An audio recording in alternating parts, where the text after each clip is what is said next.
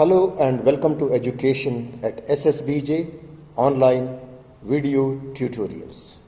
We were in chapter Motion of class 9th. So this chapter is of class 9th, and in the previous video tutorial we were studying about velocity versus time graph, right? The different aspects of velocity versus time graph, how we can interpret and answer the questions which are related to this particular graph, right? We shall continue this tutorial of understanding velocity versus time graph, because in future videos we are going to discuss on equations of, see this is very important, equations of uniformly accelerated motion. So please remember this, uniformly accelerated motion.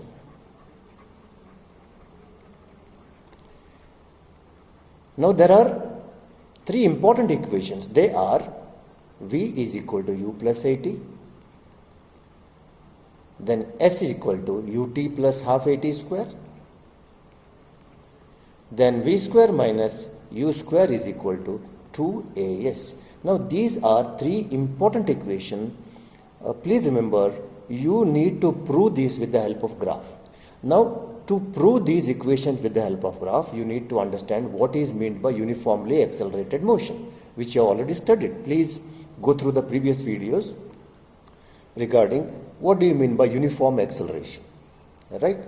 And then what is small u, what is small v, what does A represents, T represents, right? And many other aspects of the graph we need to know. Those are the basics to prove these equations.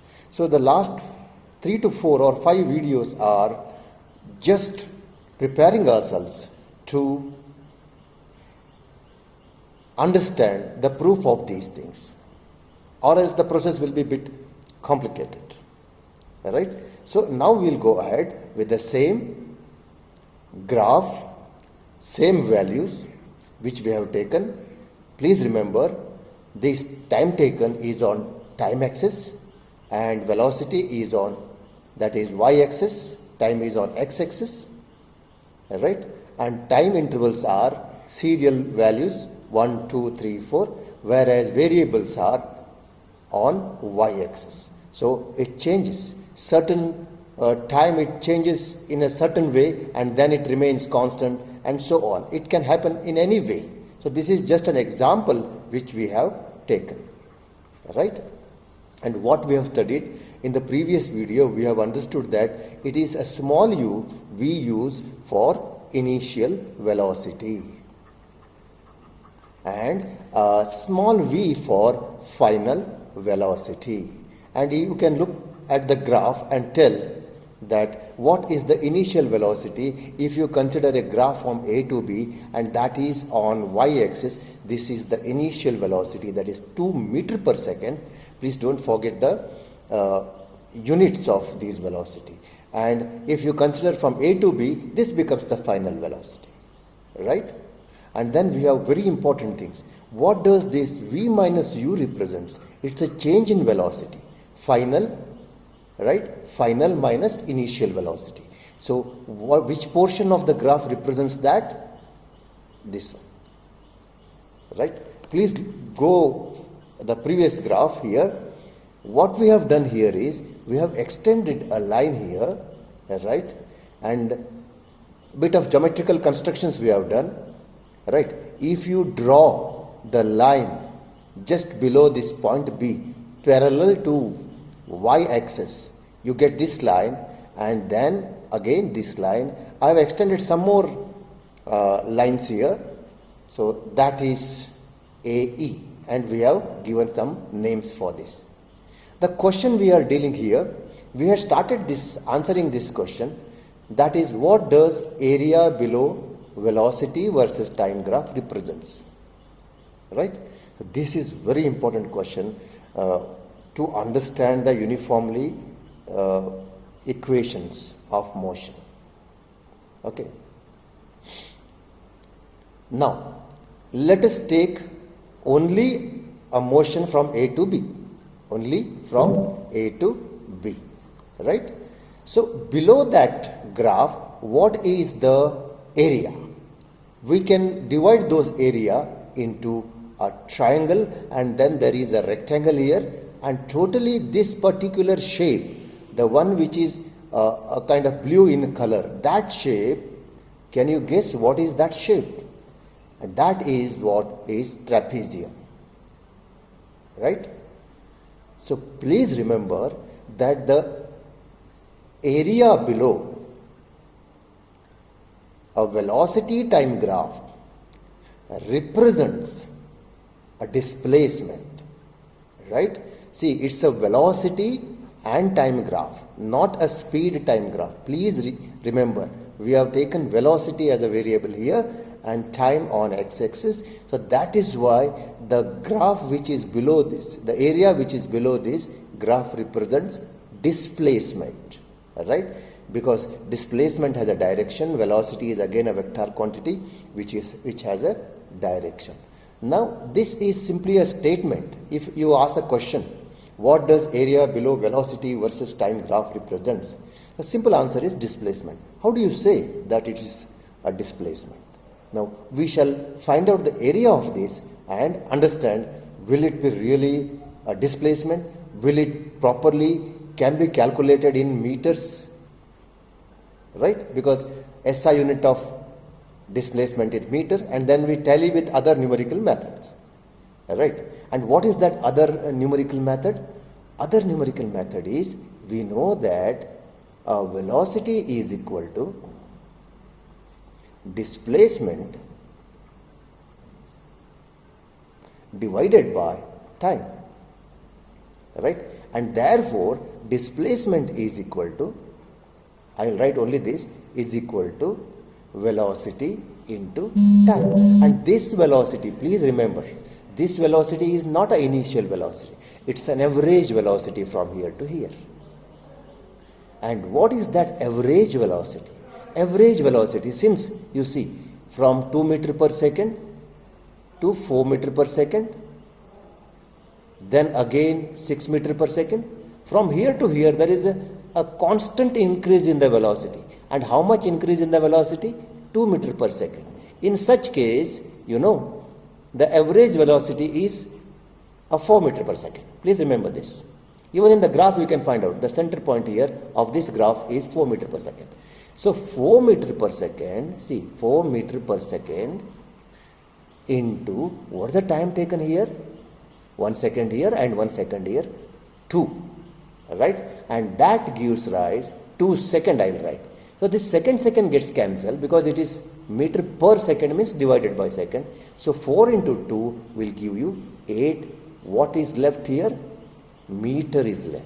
So we got answer, 8 meter. So this is one way of calculation of displacement. Right? Please remember. Now what we said? Area below the velocity versus time graph is a displacement. Now we are going to calculate area. So we'll use a geometry here. And what is displacement? See, henceforth we will use the small letter s for displacement. And displacement is the area of trapezium. And what is the area of trapezium? Area of trapezium is, remember, half into, right, half into sum of the parallel sides. Okay? And that is AG plus BF. AG plus BF into height. And what is height? Height is this. From here to here is the height. So we can write half into sum of the parallel side into height. So half into, please go slow here, FB. FB is this complete. And AG into height. And what will be the height? I said height is the time axis. That is GF. Now that becomes half into, right, half into 6 plus 2. And why it is 6 plus 2? FB, you see, FB is from here to here. And since it is parallel to y-axis, therefore that represents velocity. Right? FB represents velocity. And therefore, what is that entire length? Entire length, if you want to know, you have to draw a perpendicular here, and this is what? So, therefore, FB is 6. And plus AG. AG is from here to here. And what is that? That is the initial velocity. The motion started from here, and that is the initial velocity, and that is 2 meters per second. 6 plus 2. Right? Into GF. GF is time, I said. Time is this. 1 second and another 1 second here, totally 2 seconds. And therefore, so 1 upon 2 into 6 plus 2 into 2 seconds. And that becomes 1 upon 2, 6 plus 2 is equal to 8 into 2 seconds. Now, it's simple. You can just cancel this 2, it is 1 upon 2, and finally you get the answer 8 meter. So we have tallied. In the previous example, we had taken a numerical way of solving the distance. Okay, and we got 8 meter as a displacement, yes, for displacement. And here we have taken the area of trapezium, that also gives 8 meter as a displacement. So what does it prove? It proves that the area below velocity time graph represents displacement. Now let us take a motion from B to C. So this particular part we shall take from B to C. Right? We have already found what is the distance covered from A to B. Now, what is the area below this B to C graph? Now look at this. In this graph, the velocity remains constant, right? And what is the velocity at every point of time here? That meets here to 6 meter per second. So velocity here is 6 meter per second, here is 6 meter per second, here is 6 meter, and so on till here it is 6 meter per second. Right? That means unlike this, here what is happening?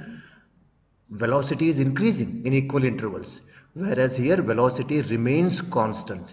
So therefore this is a different type of motion. Right? It's a uniform velocity, or we can say constant velocity, whereas here velocity was changing. Right?